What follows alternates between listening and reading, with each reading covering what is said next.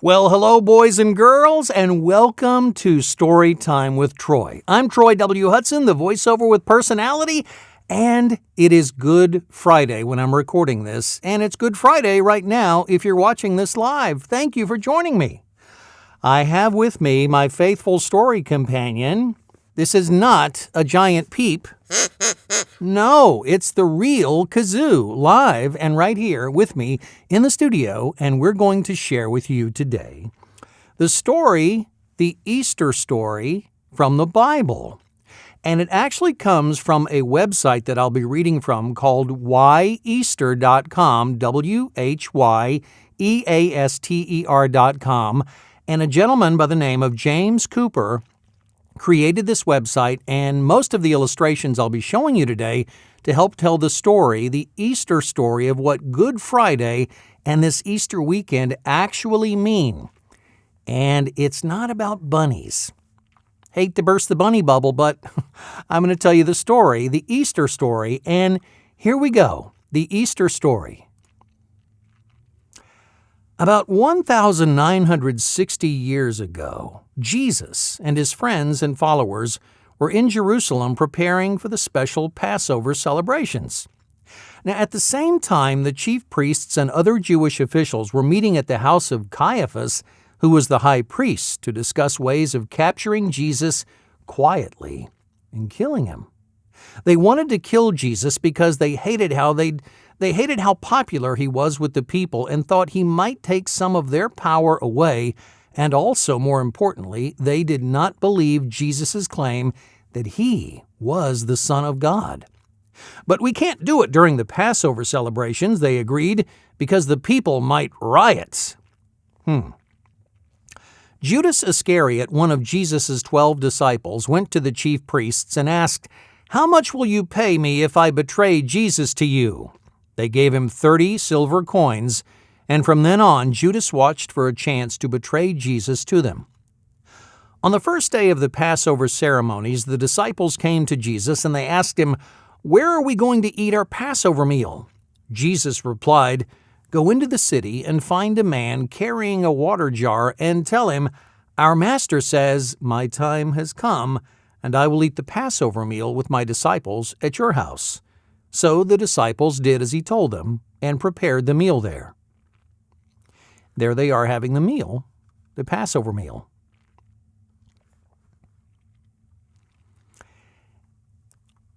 That evening, as Jesus sat eating the Passover meal with his disciples, he broke the bread, blessed it, and said, "Take this and eat it, for this is my body, which I'm giving for you." He then took the cup of wine and gave thanks, and he said, "Drink this, all of you. This is my blood, which is poured out for you."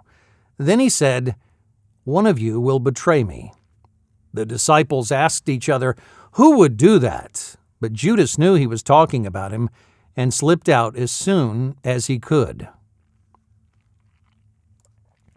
And that's showing this 30 pieces of silver that the Jewish leaders were giving to Judas Iscariot.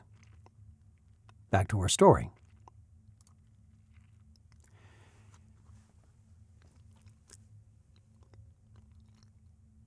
Jesus and the rest of the disciples finished the meal, and when they had sung a hymn, they went out to a local beauty spot, the Mount of Olives. And Jesus said to them, "This very night, all of you will run away and leave me." Peter, one of Jesus' best friends, said to him, "Even if everyone else leaves you, I never will. Even if I have to die with you, I will never let you down. I tell you the truth." Jesus answered, "Tonight, before the rooster crows, you will say 3 times that you don't know me." Then Jesus took his disciples to a place called Gethsemane, and he said to them, "Sit here while I go over there and I pray. Pray for strength against temptation." He went a little way from them, he knelt down, and he started to pray. He said, "God, my Father, if it is possible, please take this burden from me, but do what you want, not what I want." Jesus stayed there and he prayed for about an hour. When he returned to the disciples, he found them asleep and he asked them, "Why are you sleeping? Couldn't you stay awake for 1 hour? Watch and pray so that you will not fall into temptation. For your spirit is willing, but your body is weak." And here's a picture of the sleeping disciples. This is what Jesus was dealing with.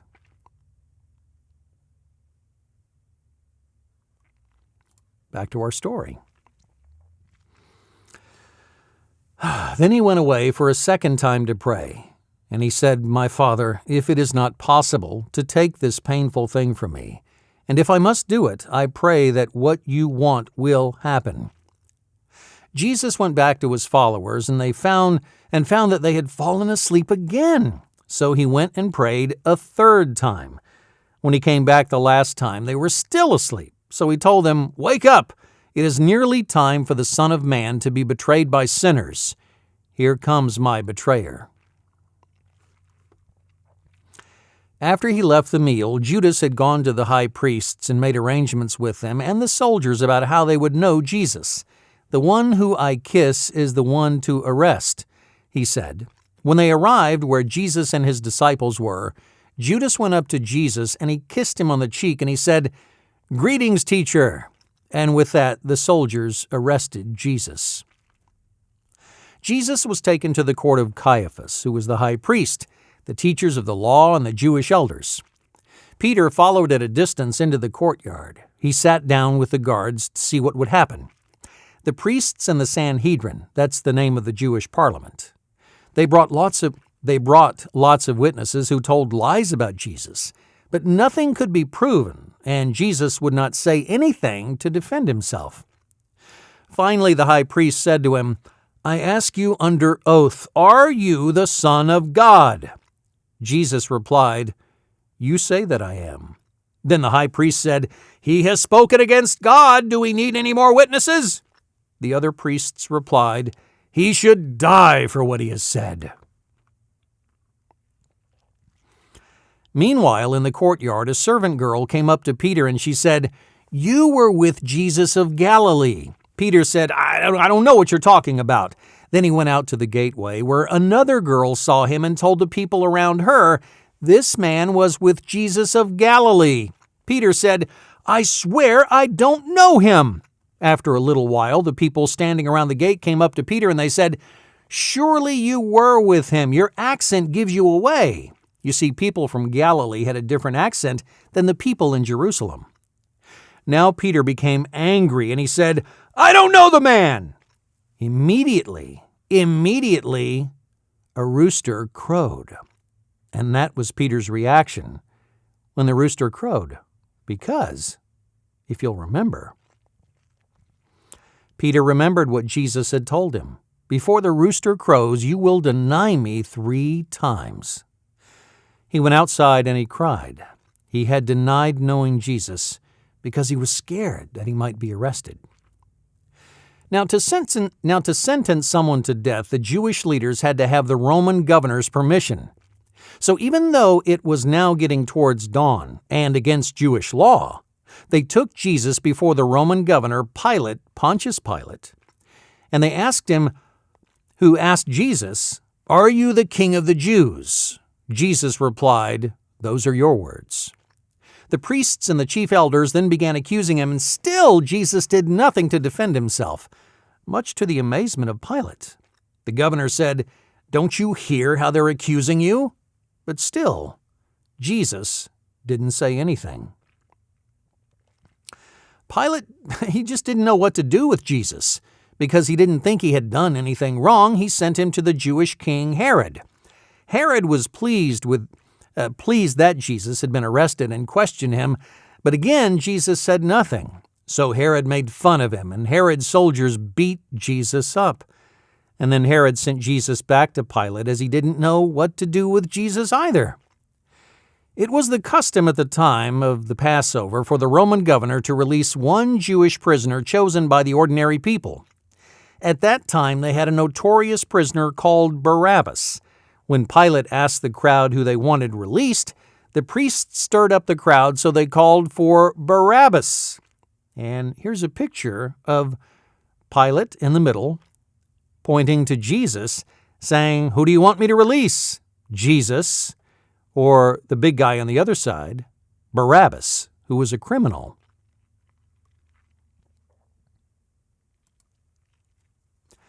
So that was the custom. The priests stirred up the crowd, so they called for Barabbas, and Pilate asked them, "So what do you want me to do with Jesus, who is called King of the Jews?" And they answered back, led by the priests, "Crucify him!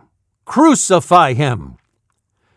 Pilate asked them, "Why? What crime has he committed?" But they shouted even louder, "Crucify him! Crucify him!" When Pilate saw that he was getting nowhere, he took some water and he washed his hands in front of the crowd. This is where we get the phrase, washing our hands of something, when we want to show that we don't want the blame if something goes wrong. Then Pilate released Barabbas. Jesus was flogged, beaten with a whip, and handed over to be crucified. The governor's soldiers took Jesus into the governor's palace, and they gathered around him. They stripped him, and they put a scarlet robe on him, and then they twisted together a crown of thorns, and they rammed it on his head. They put a staff in his right hand, and they knelt in front of him, and they mocked him, saying, "Hail, King of the Jews!" They spat on him, and they took the staff, the stick, the large stick, and they struck him on the head again and again and again. After they had beaten him up, they took off the robe, and they put his own clothes on him. Then they led him away to crucify him. As the soldiers led him away, they grabbed a man named Simon, who was from Cyrene and on his way in from the country, from the watching crowd, and they made him carry the cross because Jesus had been beaten so badly that he was too weak to do so. When they came to the place where they executed people called Golgotha, or the place of the skull, they offered Jesus some cheap wine to drink to help stop the pain, but after he tasted it, he refused to drink it. When they had nailed Jesus up onto the cross, the Jewish rulers among the crowd sneered at Jesus, and they said, "If you're so wonderful and the King of the Jews, then save yourself." An inscription in Greek, Latin, and Hebrew was written on a bit of wood and put over Jesus' head on the cross. It said, "This is Jesus, the King of the Jews." Jesus prayed to God, "Father, forgive them, for they don't know what they are doing." Two thieves were being crucified at the same time as Jesus, one on the right and one on the left. One of the criminals who hung next to Jesus hurled insults at him. "Aren't you the Christ? Why don't you save yourself and us too?" But the other thief disagreed with him, and he said, "Aren't you afraid of God since you're under the same sentence? We're being punished because we did wrong things. But this man has done nothing wrong." Then he said to Jesus, Remember me when you come into your kingdom." Jesus told him, "I tell you the truth, today you will be with me in heaven." This happened about 12 noon, and from then until 3 p.m. it was dark because the sun didn't shine for 3 hours. At 3 o'clock, Jesus cried out in a loud voice, my God, why have you left me?" Then Jesus cried out in a loud voice again, "It is finished," and he died. A Roman centurion was standing in front of Jesus, and he heard his cry, and he saw how he died. He said, "Surely this man was the Son of God."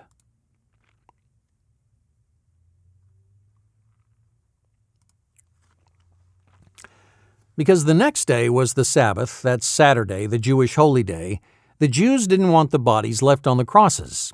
Later, an important Jewish council member called Joseph of Arimathea asked Pontius Pilate, the governor, for Jesus' body. Pilate gave his permission for Joseph to remove his body. He and Nicodemus, another council member, took Jesus' body and wrapped it in strips of cloth, which was the Jewish burial custom. Near the place where Jesus was crucified, there was a garden that Joseph owned, and in the garden was a tomb that no one else had ever used. So they buried Jesus in this tomb. The Romans put their best guards at the tomb, and the Jewish leaders had a massive stone rolled in front of it to stop Jesus' followers from stealing the body and saying that he had come back to life. Early on Sunday morning, Mary Magdalene, one of Jesus' followers, and some other women went to the tomb to put spices onto the body to stop it from smelling. When they got to the tomb, they discovered that the stone had been rolled away from the entrance. They wondered what had happened. Suddenly, 2 men dressed in white robes that glowed appeared in the tomb. The women were very frightened, but the men said, "He's not here. He has risen just as he said." And then the women remembered what Jesus had said. The women left the tomb and they went to tell the other disciples about what had happened. The others didn't believe the women because it sounded like rubbish. But Peter and John got up and they ran to the tomb and they found it empty with only strips of cloth lying in it. When they saw the empty grave, they believed that Jesus had risen. And then the disciples went home. Mary stayed at the tomb and was very sad and crying. She turned away from the tomb and she saw Jesus there, but she didn't know it was Jesus. "Why are you crying? Who are you looking for?" Jesus asked her. She thought it was the gardener, so she said to him, "If you took Jesus' body away, please tell me where he is so I can go and see him." Jesus said to her, "Mary." She turned to look at the man properly, and she saw that it was Jesus. And she said to him, "Rabboni," which means teacher in Hebrew. So when she went to hug Jesus, he said, "Don't hold on to me, because I have not gone back to heaven yet. But go and tell my disciples that I am going back to heaven." So Mary went back and told the disciples all about what had happened and that she had seen Jesus alive. Jesus appears to the disciples. Before we get there, this is what it must have been like to see Mary weeping and the angels trying to comfort her, or any of the women. Later on the same day, 2 of Jesus' followers were walking from Jerusalem to a town called Emmaus, about 11 kilometers or 7 miles away. They were talking about what had happened over the last few days. They were joined by a stranger on the road, and they started walking with him. It was Jesus, but they didn't recognize him. Jesus asked them, "What are you talking about?" They told Jesus all that had happened and about the women going to the tomb, the angels telling them that Jesus was alive, and the other disciples finding the tomb empty. Jesus then explained to them about what the old Jewish prophets had said about Jesus coming back to life, although they still didn't recognize him. When they had finished talking, they were near Emmaus. It was getting late, so the two men asked Jesus to stay the night with them.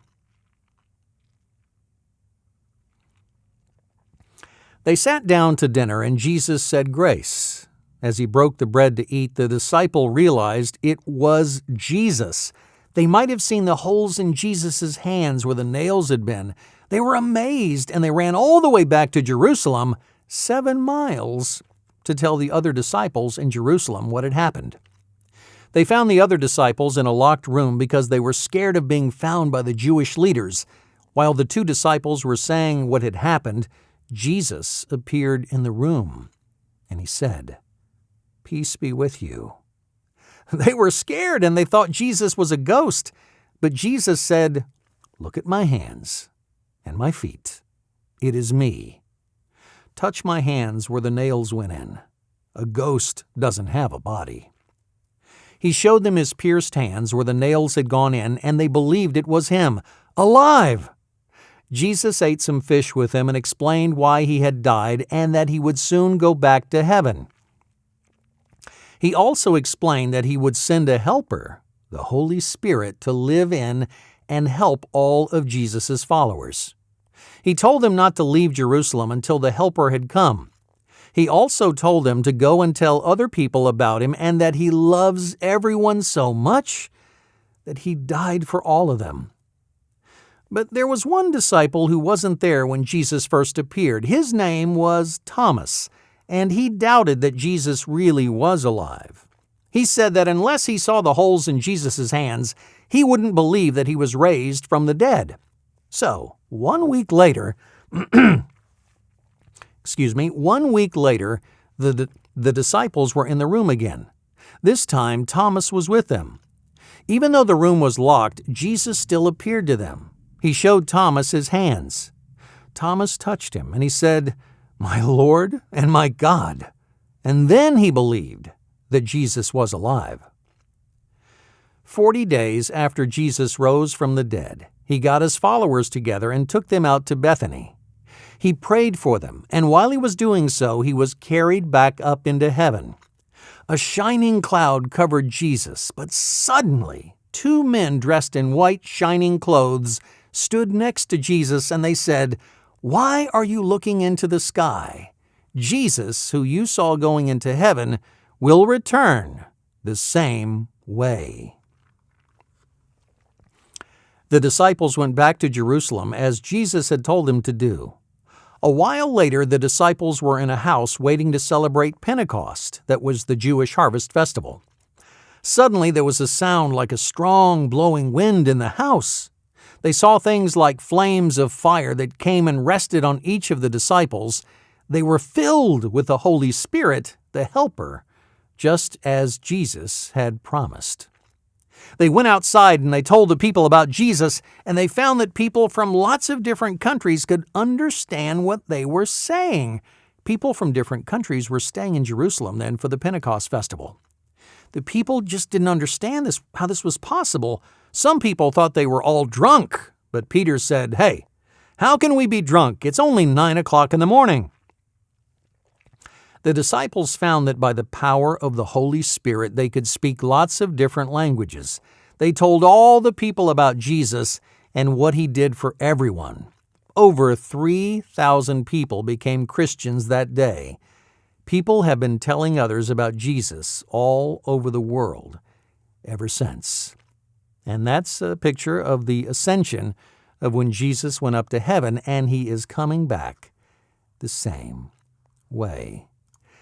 And that is the story. That is the Easter story. So, kids, boys and girls, adults of all ages, kids of all ages, that is the real story of Easter. No bunnies were in there, just Jesus. The death, burial, and resurrection of Jesus. Have a blessed weekend. Bye.